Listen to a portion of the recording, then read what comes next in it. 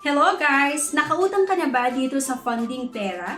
Na ayon sa kanilang odds, pwedeng umutang ng 10,000 hanggang 50,000 pesos at pwedeng bayaran ng 3 months, 6 months, 9 months hanggang 12 months at meron lang itong napakababang interest na nasa 0.05% lang. So, yun yung nakita natin na odds nitong Funding Pera na isang loan app na naman. Kaya dinownload ko at sinubukan ko na naman na utangan. Kaya sana mapanood nyo yung buong video na ito para bago nyo pa i-download kung sakali na ma-encounter nyo itong odds nila, meron kayong idea kung maganda ba utangan. Kung totoo ba na 3 months hanggang 12 months yung payment terms at makakahiram ng 10,000 hanggang 50,000 pesos. Pero bago ang lahat mga beshies, kung No time to apply for a bank personal cash loan? Yana's here to help you. I assist pre-qualified clients with basic monthly income at least 25,000 per month. Hassle-free at walang fee. Lahat ng process sa bank gagawin. 2 to 5 banking days lang approval. Loan up to 2 million. Email amawanyana@gmail.com or message my FB page, Yana Insta Review. Note, qualifications may vary subject to the bank's terms and policies. going back, eto nga Funding Pera loan app na naman, itong bagong-bago na nakita ko and dinownload ko nga at inutangan. Pero disclaimer lang ha, hindi ako binayaran ng app na ito para i-endorse sa inyo. So based nga lang ito sa sarili kong experience as a user. So nasa sa inyo pa rin yung decision mga beshes kung uutangan nyo ito or hindi. So same nga sa ibang loan app mga beshes na kailangan natin syempre maglagay ng ating valid mobile number. At meron itong verification code na kapag natap natin yung get OTP, meron nga po tayong matatanggap na one-time password na input nga lang natin dito. Disclaimer lang mga beshies, hindi ako binayaran ng loan app na ito para i-endorse sa inyo. So, bali ginagawan ko lang ng aking honest review para maipakita nga kung okay ba utangan para bago nyo ma-download, at least may idea na kayo at maiwasan na marami yung mga ma-fall sa iba't ibang scheme na ginagawa nga ng iba't ibang mga loan app. Ang loan app na ito ay bagong-bagong na naman at medyo matagal yung pag-send nila ng OTP or one-time password. Dito, naging 10,000 pesos na naman daw yung pwede kong mahiram, 360 days yung payment terms. At eto na nga, yung 360 days, naging 7 days lang pala nung nag-next ako. At napakadali nga daw umutang dito. Same with other loan app na kailangan natin makapag-upload ng isang valid government ID. Picturean ulit natin syempre yung valid government ID din i-upload. At meron pa itong tinatawag na facial verification nga na itatapat yung cellphone sa mukha. Then i-follow nga lang natin yung instruction. Pag-upload ko ng isang valid government ID, aba, nakuha nila agad yung mga details na nakalagay sa aking ID like yung kompletong pangalan, yung ID number, at yung date of birth. Diba? So nakakaloka, medyo may pa-high-tech, diba? Itong app na ito, mabilis nila makuha yung mga details talaga. Doon naman talaga magaling yung iba't ibang mga loan app. Next, yung personal information like yung education, marital status, maglalagay din daw tayo ng email address, sender, loan purpose, at address details. Nga pala mga beshes ko ha, itong nakikita nyo na nilalagay ko na infos dito, hindi po talaga ito yung mga personal information ko ha.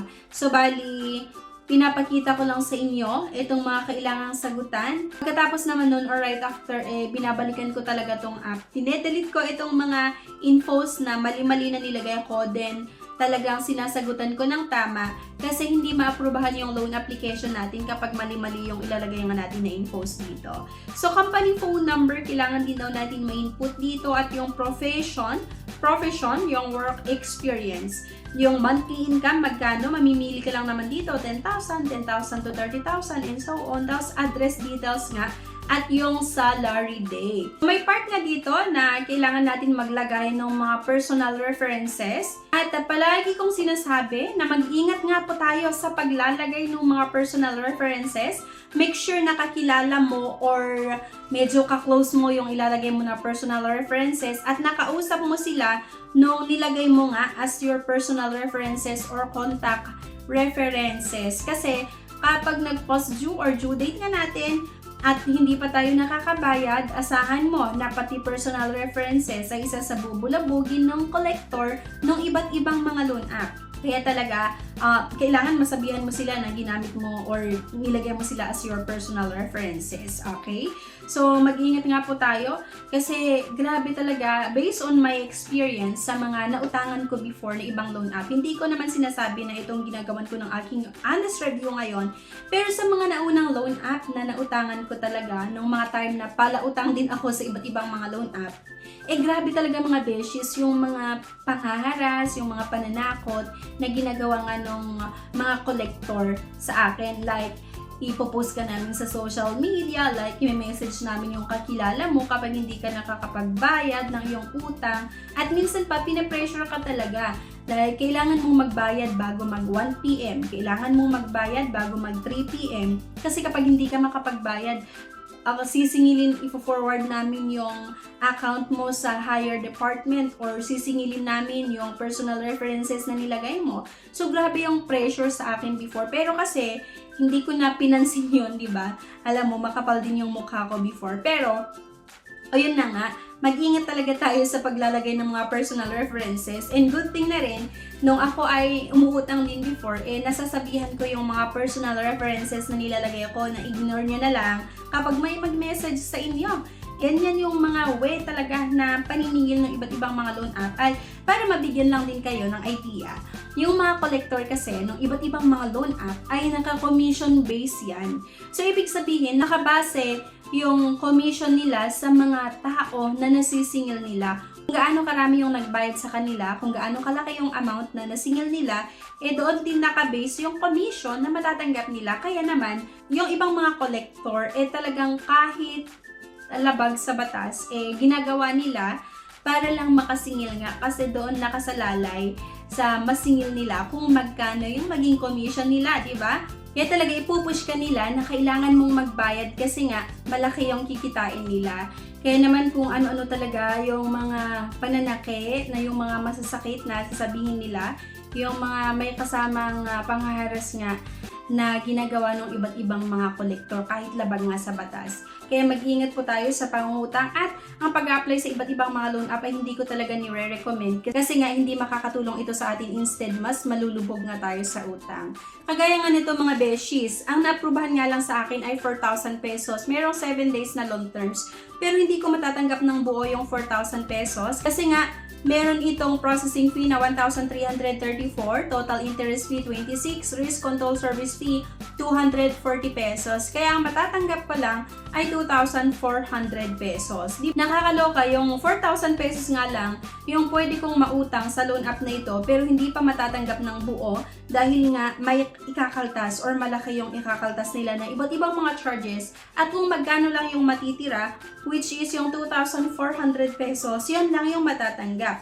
And akalain mo yon, do ang nakalagay dito ay 26 pesos lang yung interest fee, risk control service fee ay 240 pesos lang, pero kasi bumawi talaga sila sa processing fee na 1,334, kaya naman yung loan app na ito ay hindi magandang utangan at hindi talaga maaasahan. At 7 days lang din mga beshies yung in-offer nito na payment terms. So, nag-apply ako ng April 21 and the due date ko agad-agad ay April 27. So, actually, hindi pa talaga 7 days yung in-offer na loan terms, kundi 6 days. Kasi dapat kung 21 na aprubahan yung loan application, mag-start lang yung counting ng April 22. So, April 22, 23, 24, 25, 26, 27. So, 6 days lang talaga. Kaya lang, naging 7 days sa mga loan app. Kasi sinasama nila yung day kung kailan na-aprobahan yung loan application natin. Kaya, kunwari naging 7 days pero 6 days lang talaga. Okay? Kaya isang loan app na naman ito mga beshies na hindi magandang utangan, na hindi makakatulong sa atin. Kasi instead na makatulong ay mas lalo tayong mailubog sa utang at grabe yung stress natin kapag due date or nag-post due yung loan application at wala pa tayong pambayad. Mahirap sila pakiusapan talaga. Though wala pa nga akong experience sa loan app na ito pero based na rin sa mga nasubukan ko sa mga naunang loan app na nautangan ko na halos ganito lang din yung breakdown nila ng pagpapautang. At asahan nyo na kapag mataas talaga or malalaki yung mga charges, yung mga loan app na inuutangan nyo, hindi talaga maganda maningil yan. Okay? So sana makatulong yung video na ito sa inyo para makapag-decide kung utangan nyo pa ba or hindi. So ayan lang mga beshies. Ano sa tingin nyo? Okay ba utangan tong Funding Pera? Sana i-comment nyo po yan. Thank you for watching and bye!